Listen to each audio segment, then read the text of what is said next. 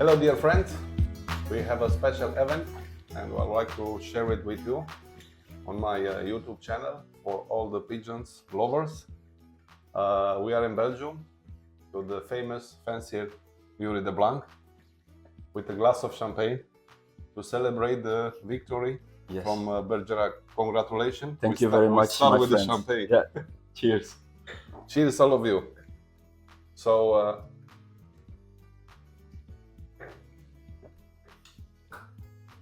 we are back to Yuri to congratulate them. Thank First you. of all, for amazing results to Bergerac.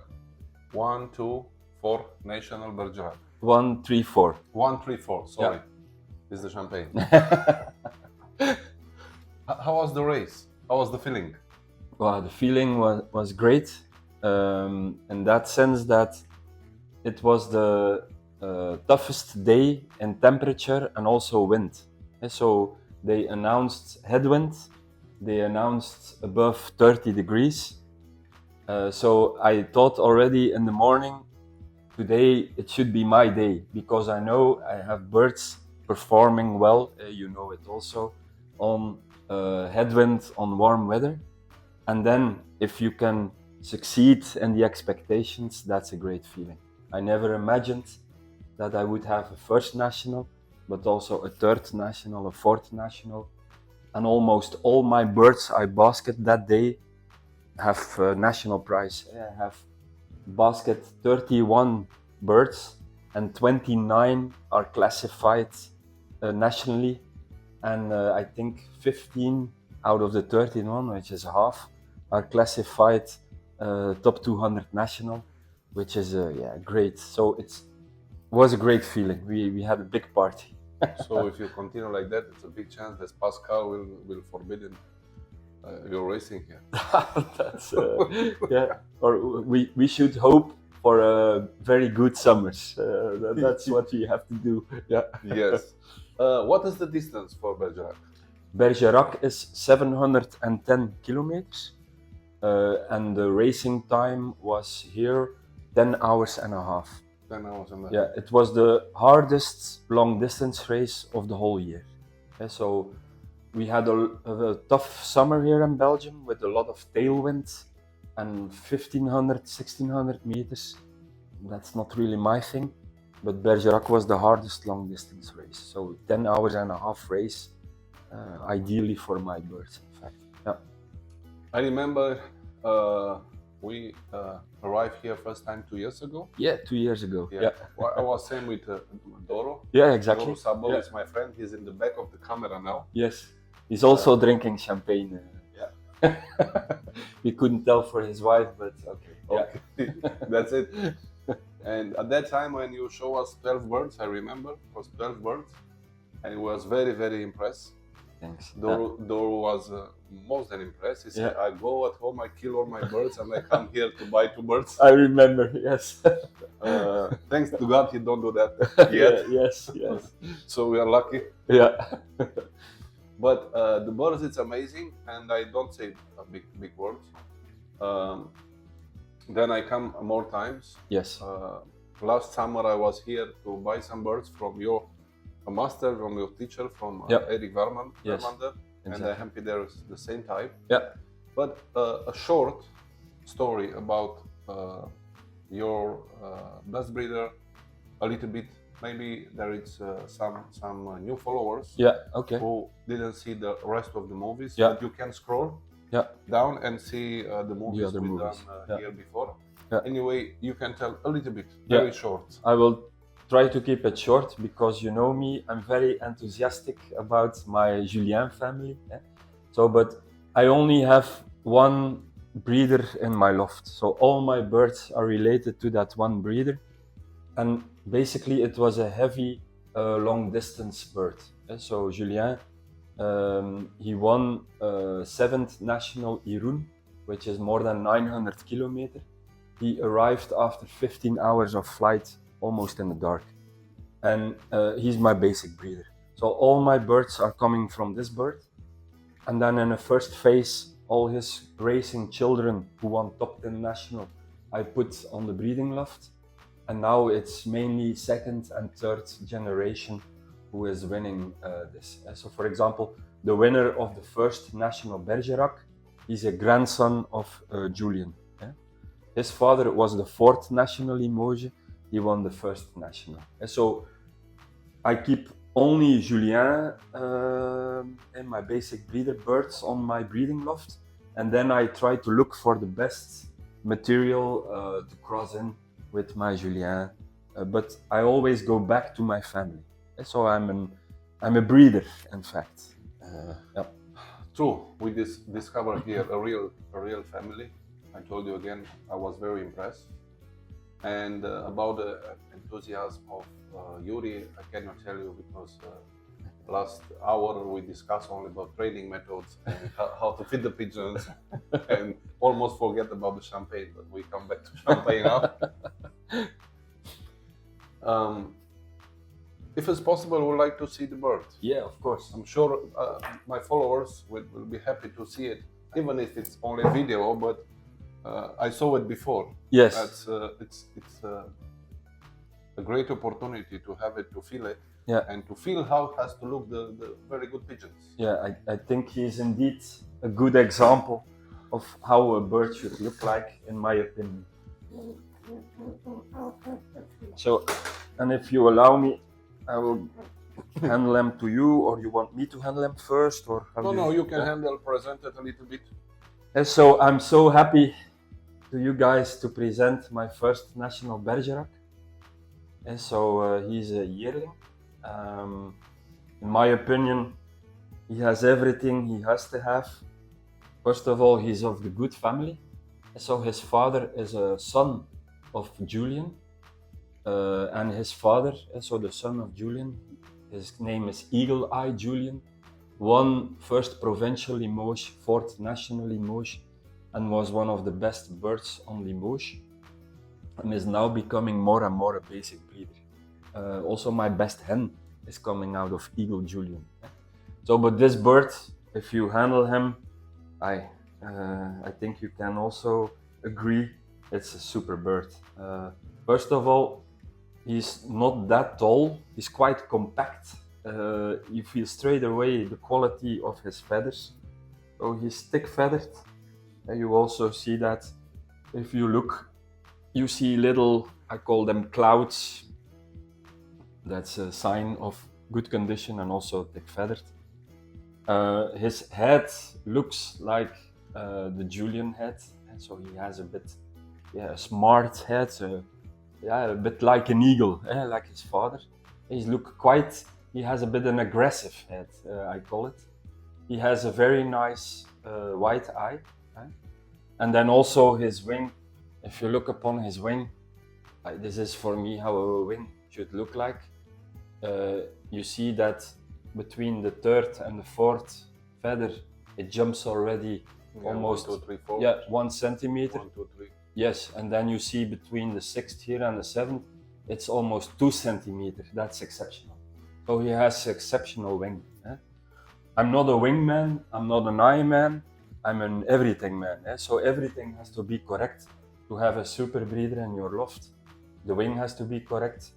He has a very short forearm. His forearm is amazing.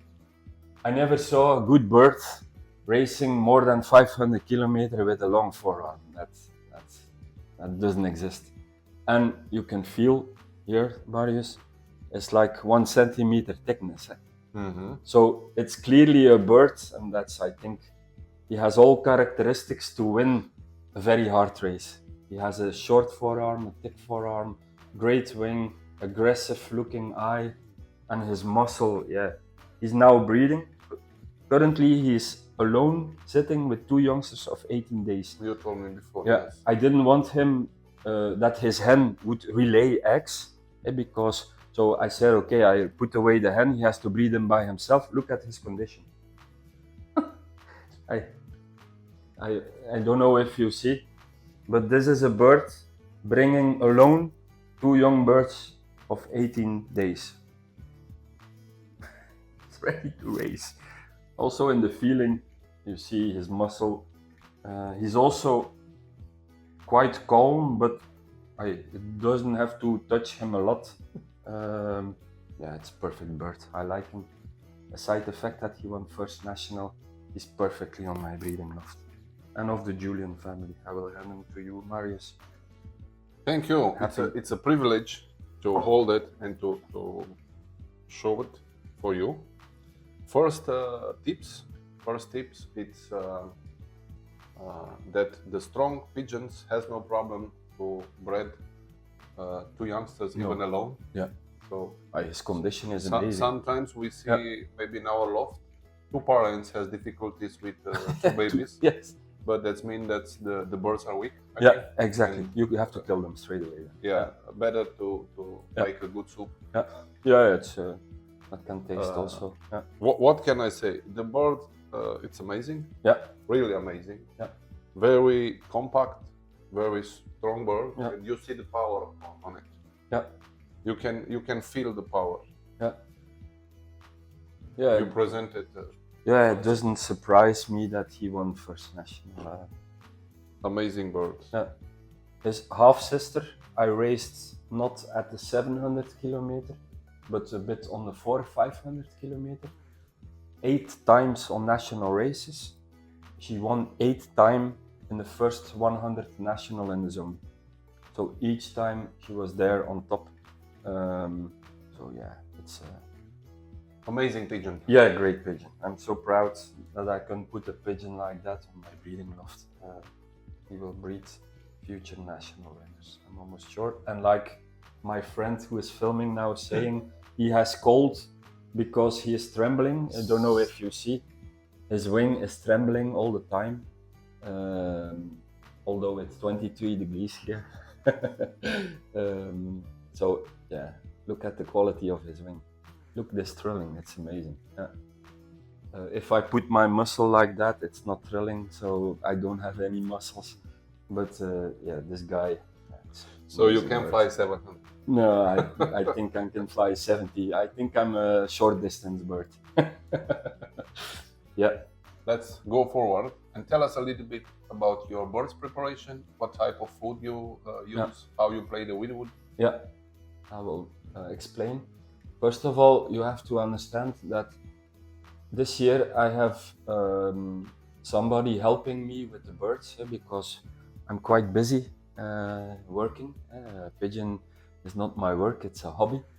I have a lot of children. And so I have to pick a very easy system because the person who's helping me is not a pigeon fancier. So we have decided this year to change the way of feeding and to do only one type of feeding. And it's Bayer's Galaxy Sport Light. Bayer's Galaxy Sport Light is not a light. I think the name is wrong.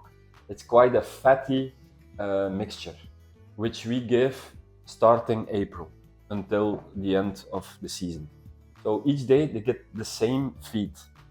I think it has an advantage that, first of all, it's easy. You don't have to say, yeah, tomorrow this bird goes there, I have to feed them more fat, the other one not.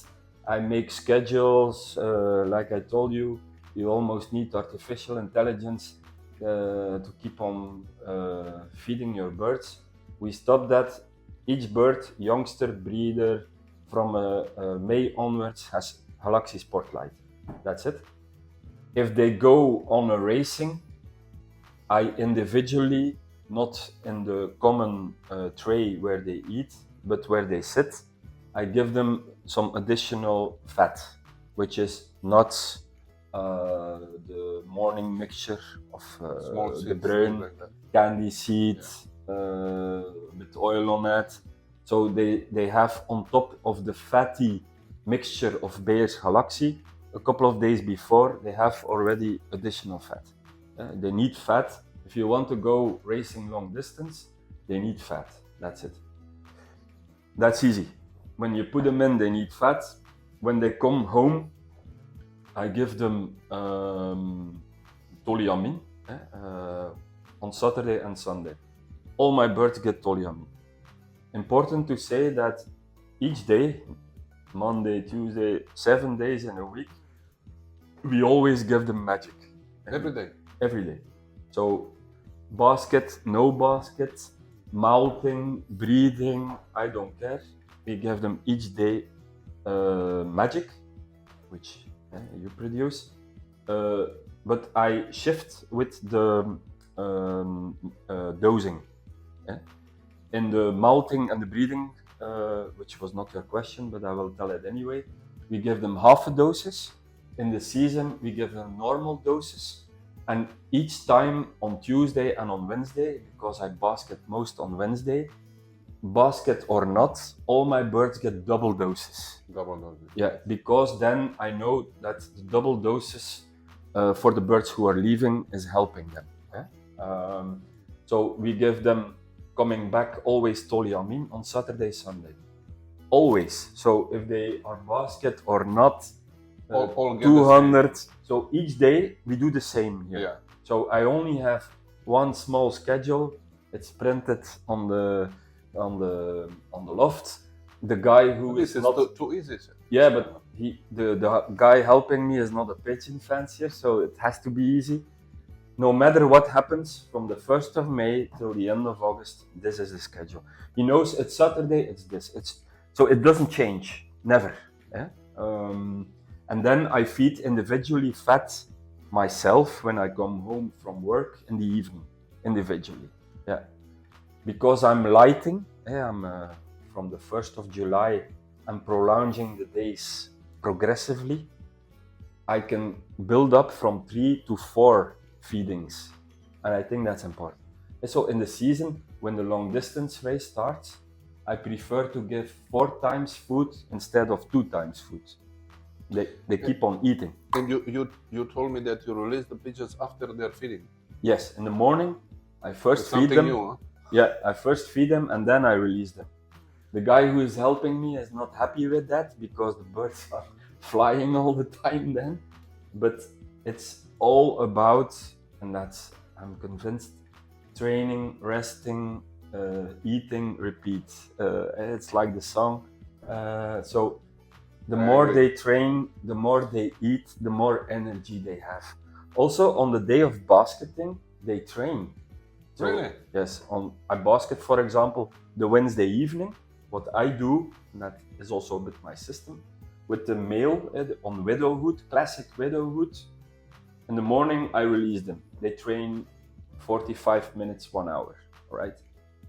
They have eaten. They come in. They don't eat anymore. I put away the eating.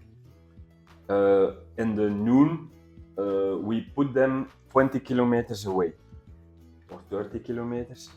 They fly half an hour again. They come home, they see their hen at noon. They, in the beginning of the season, only 10 minutes, and then separated. How farther the season, the more motivation. A bit longer, together, with a tray, with a bit of straw. The farther the season, the more motivation. Then I put the hen away. Half an hour later, when they calm down, we give them food again. At 5 o'clock, their normal hour of training, we put them on training again. They come in, as they used to do, they eat again. Of course, the third time, the Wednesday, they don't train 1 hour anymore. It's a bit less. So you do 2 trainings in the basketing day? Yeah, 2 trainings and we put them away 20 or 30 kilometers.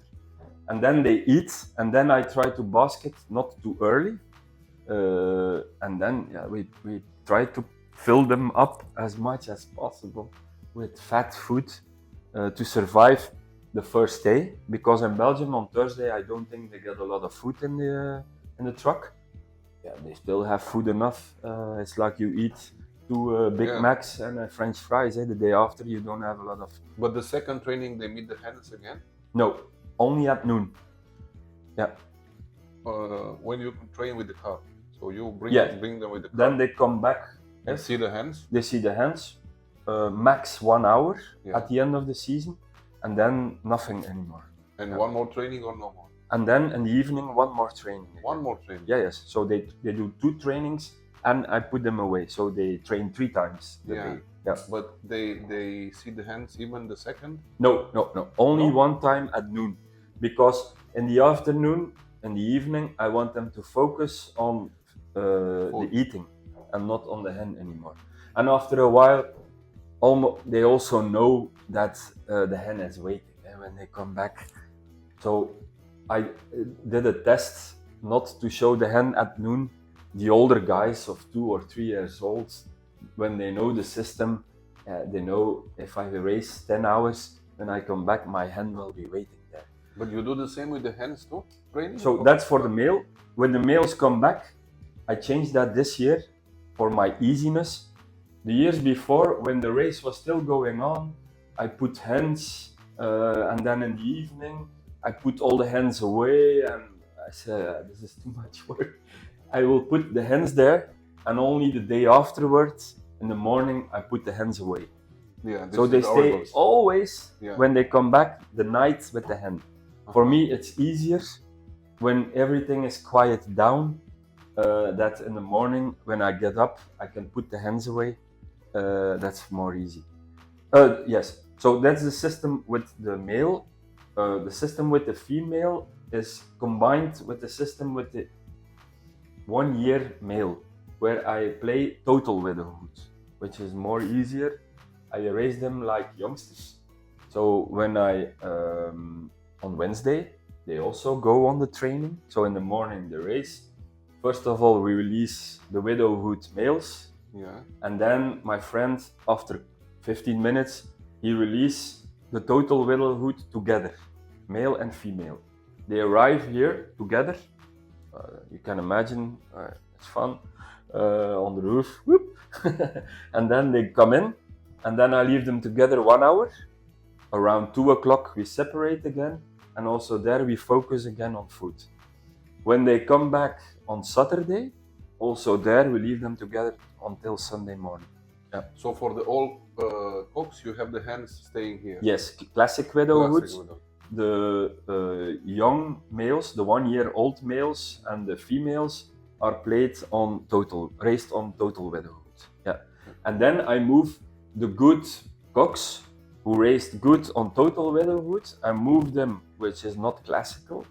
I move them from one loft to another loft, and from a total widowhood system to a normal widowhood system. Yeah, classic only with cocks. Yeah, because I believe that for cocks, when they are 2 years old and there is no hen sitting there, a yearling cock, okay, perhaps he will choose another.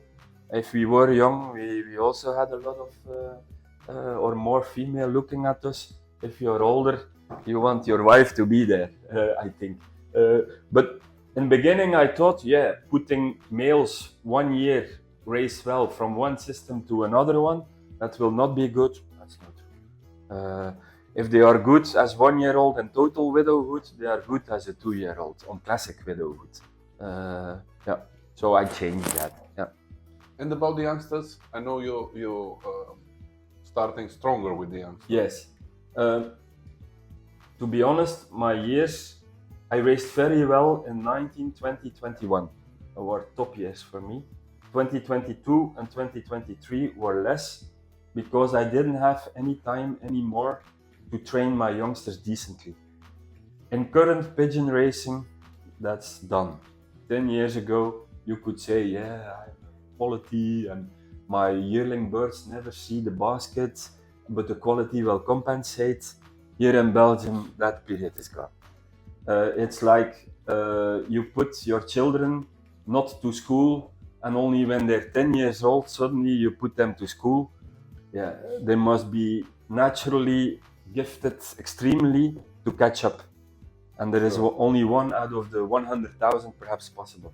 So you have to train your birds. That was also my idea. Also, I want to survive only birds in winter where I believe in. Okay? So we started to raise young birds again in 2023 and successfully. And those young birds of 2023 were my winners in 2024. The guy we just saw was one of the 2023. My yearlings did great this year. Until what distance? I raised them this year 4 times 500 kilometers. 4 times 500? Yeah. Ooh. Yeah. I don't look at it. If they are weak, they stay behind. I don't care. with whether it is or not, I just don't care. You have to go racing your birds. We have the luck here in Belgium, we have national races. Unfortunately, now they fall back from 5 till 4. We have one race less, but yeah, we will race all national races next year again with the youngsters. Yeah. Very interesting, and I think we learn a lot of interesting things. Yeah, you know, Marius, people think, yeah, but I will save them and let them grow for later, and then they can. Even I know guys in the extreme long distance thinking like that, yeah, but they're not on the picture anymore. Also, the extreme long distance racers here in Belgium, the top, are racing their young birds, are racing their yearlings, and I don't say you have to be crazy. I don't say, but I race males and cocks of 3-4 years old still, who raced. So it doesn't mind if they are good, they're good. If they are not good, they're not good. If they are weak, they cannot breed 2 youngsters of 18 days alone, and for sure they will not survive 4 national races of 500 kilometers as a youngster. That's bad news, huh? Yeah. If they are bad, they are bad. Yeah, but you have to select. It's about selection. Yeah. It's and people, and I think it's better you focus on 60 birds who survived already a good selection, because those are the ones who are healthy, those are the ones who are training well. Then you keep 100 birds, 40 bad ones and 60 like that, because the 40 bad ones, they get ill, they put down the training, they take energy away from you, and it's all about good birds finally. So I also have to learn that. So now I have to force myself, because it's really to force myself to train my birds in June at the same moment that my old birds are at the peak. It's a task. You have to get up at 5:36 before you work to train your young birds. But if you don't do that, nowadays, and I think in Romania, your guys are getting better and better quality. It is the same, yes. It will just be the same. Don't think that, yeah, but I have the 1,000 kilometers train. My birds have to be 2 years old before I put them at 500 kilometers, and then it will happen. Yeah, there are always exceptions. Of course. But to build up a strain, you have to test them when they are youngster, when they are yearling, test their vitality, health, and so on. And that's selection. Cool. That's my opinion. And that's what we are I here see. to a champion, so yeah, better listen to a champion than a non-champion. It's winter now. It's autumn winter, and a lot of champions, of winter champions, give advices on social media. So that's true. Better listen to a true champion. Also, Marius, I don't say this is the truth for everybody. I just apply what I see here, and I just see that this year, and you also have to understand, and people forget that, and I learned that also. Pigeon racing is managing a team. It's like a football team. Yeah. If you have a football team of 11 and they are 2 weak, and the other guys, 2 weak guys, I don't train also because they don't train. They are weak. We are losing because of them. Blah blah blah blah. I think you have to manage a team also, and then the whole team is getting better if you select health, vitality, training. Also, what I learned is, before I was not that hard, but birds sitting on the roof and getting an annoying behavior, I put them out because they don't fit into your team. Exactly. That also learned, and people they forget about that. Say, yeah, but it's coming with that pedigree, and I just don't care. I just also, and then I stopped talking. No. I just listen. Learning. When the season is going on, I start with a lot of youngsters, because perhaps I have to add that I race 4 national races with my youngsters, or 5, but it can be that my best yearling didn't perform as a youngster. but he came home okay. So I cannot select my youngsters based upon their performances. Yes. Because 500 kilometers with 1600 meters is perhaps 6 hours race, that's not 10-hour race. Yeah. So my birds need the hours. I keep all my youngsters who came home normally, healthy, not tired, I keep them. So I start with quite a big group of yearlings. But when the races go on, and my wife jokes always with me, then she sees me passing upon the hill here with my basket, I kill every week 5 to 6 birds consistently. And then I look at the performances, the health and so on. Your team is getting smaller, you're getting more space, you get more energy to the good ones. Normally the theory says, yeah, you cannot change it during the season because they get motivated. I don't look at that. I just want to reduce the team as soon as possible with good ones. But on the right races, of course, if it's like this year we had Poitiers, 1700 meters. Yeah, you cannot select birds on 1700 meter race.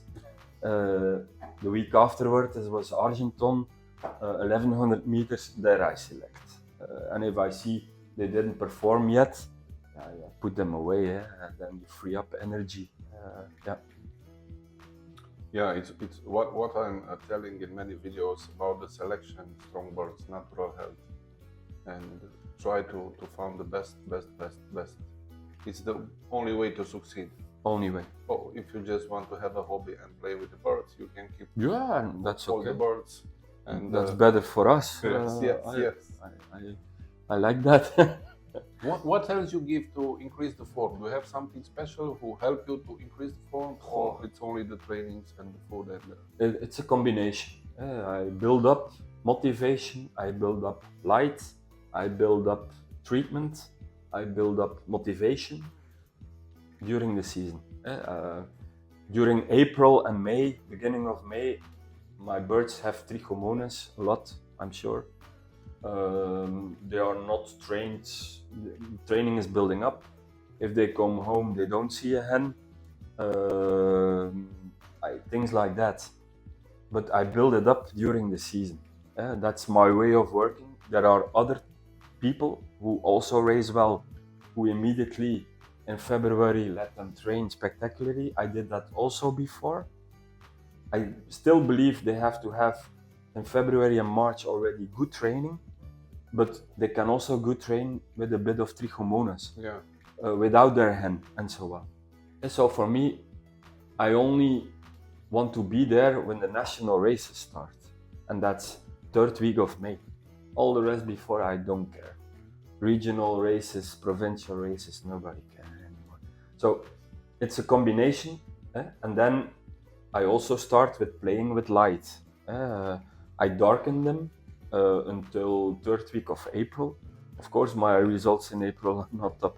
They are sitting in the dark. But then, the end of June, I keep the day the same until 1st week of August for my old birds, and that helps, of course. You put, and then they are more motivated. They have more light. And for the hens. For the hens also. Yeah. So you don't believe in darkening? I darken. Darkening of the hens over the season. All the season. No. I darken the hens quite late.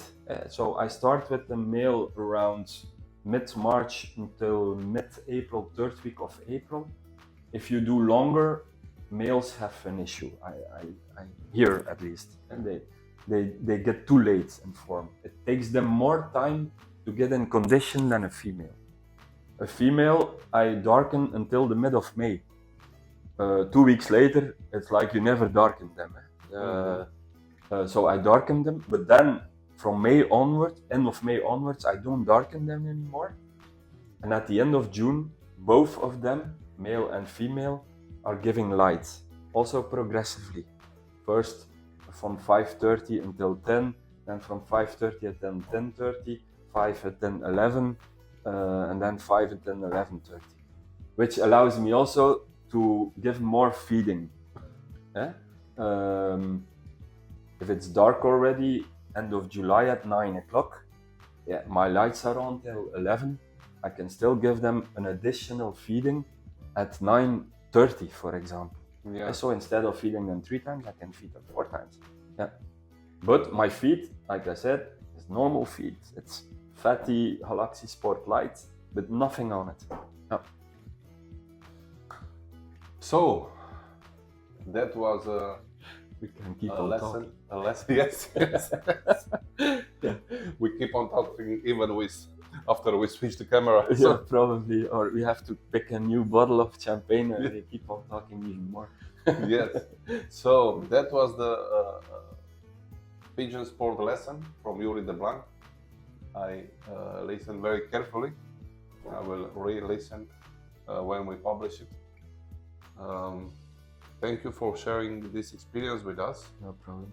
Um, Thank you for if you visiting me. if you like this video, I would like to see your comment about this video.